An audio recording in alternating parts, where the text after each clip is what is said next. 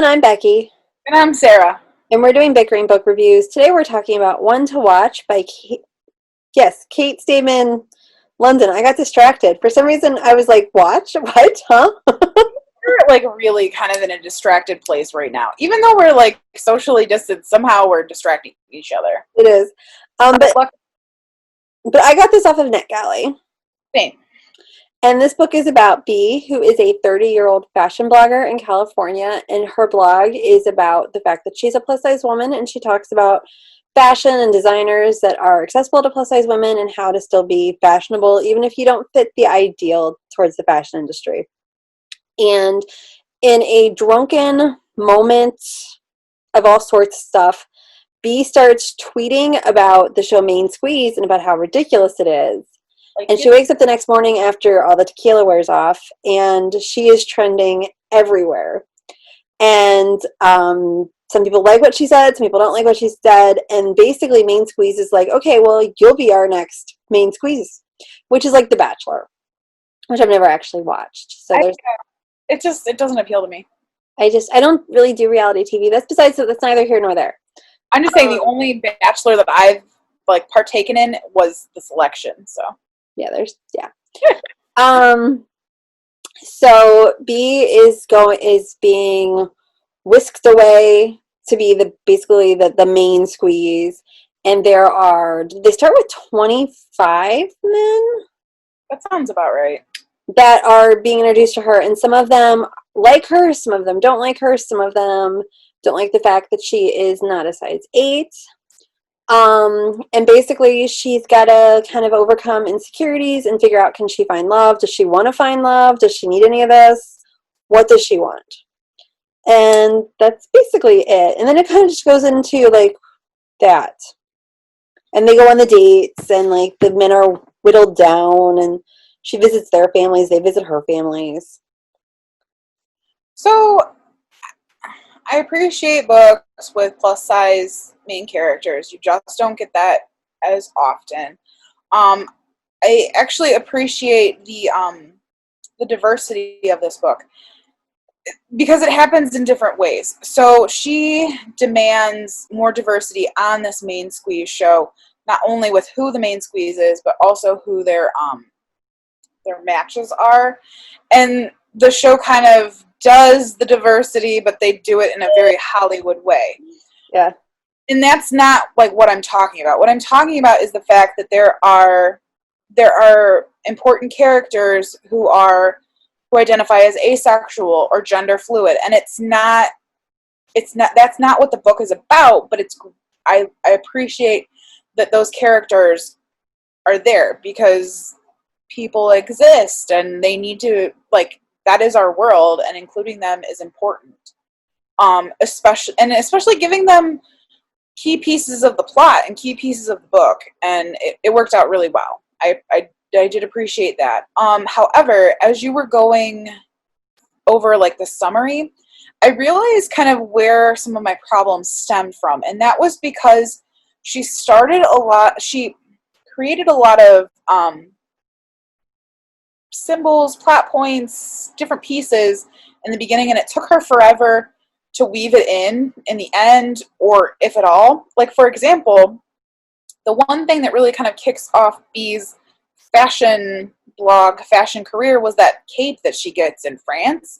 Right. But they mention it once in the beginning, because it is so important that it changes her whole life, and then it doesn't come up again until and it's not even until much later in the book that it comes up in passing. So it's why did we put so much emphasis on this thing that really isn't important to the story?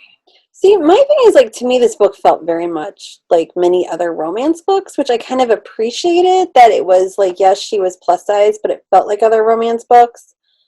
And I enjoyed it. I thought it was funny. I liked Bee. I liked some of her suitors. My thing is, I didn't get to know the suitors. And there's she has this connection with him, and it's but when did that happen? And why do we have that connection with him? We know nothing about him. And I feel and because I've read a good amount of romance books, I feel like I should have been rooting for the male lead just as much as B, and I didn't have that. And that to me is the weakness of the book. I enjoyed the book. I liked the book. I'd recommend the book. But I feel like it's really only like maybe 2/3 of a book. So, yeah, maybe that's it. Maybe it does need more. Um, because yeah, like I liked B. It was fun. It was funny. I actually liked all of the suitors too. But you're right, there was no connection between the two. Like I was never rooting for one over another. And in fact, I was rooting for the guy I shouldn't have been rooting for. Like, no matter how many times it was proven that I should not be rooting for this guy, I was still like, oh, but like maybe he'll change. And it Yeah, was and I sad. never got there with it. So, and the thing is, like, I figured out who she was going to end up with because they referenced an old movie, and I was like, oh, well, then it's this guy. Because that's the guy that's like the main love interest in that movie. Well, and kind of like, and that's the other thing, like, your kind of thought process on that is what helped me figure out like who it wasn't going to be in this book, because you're like, oh well, when this happens that person is never the one that they end up with. And I'm like, well, I know that they're not, like, this is not going to come through, but gosh, I want it. Yeah, I just, like, I liked it. And, like, this is her first book. And she was a speechwriter for Hillary Clinton. Valid first book. Yeah, and I'm going to keep reading them, but I just, like, and maybe it's because of like the romance books I usually read, there's like a lot of like it's told from both perspectives. So you get both characters. I don't know, and I had a problem with the ending. But I think it's like a personal thing. Like it's not an issue. Like it's not a bad. Like it's not that she didn't develop. Like it's not like the ending was bad. It was just like I'm tired of seeing these plus size characters being forced into these endings. And while they do occur in mainstream romance for average size women, there is more diversity in the stories for average size women than there are in the stories for plus size women. So it feels like a good majority of the plus size women books that I've read end in this kind of way, and it frustrates me. See, and I thought the ending, like the ending, the part that, and I don't want to give anything away, the part you didn't like, to me, just like made sense. My problem was there's like 30 pages of melodrama that Yeah, didn't really fit with the rest of the book. that was unnecessary. Right. We should rate it though.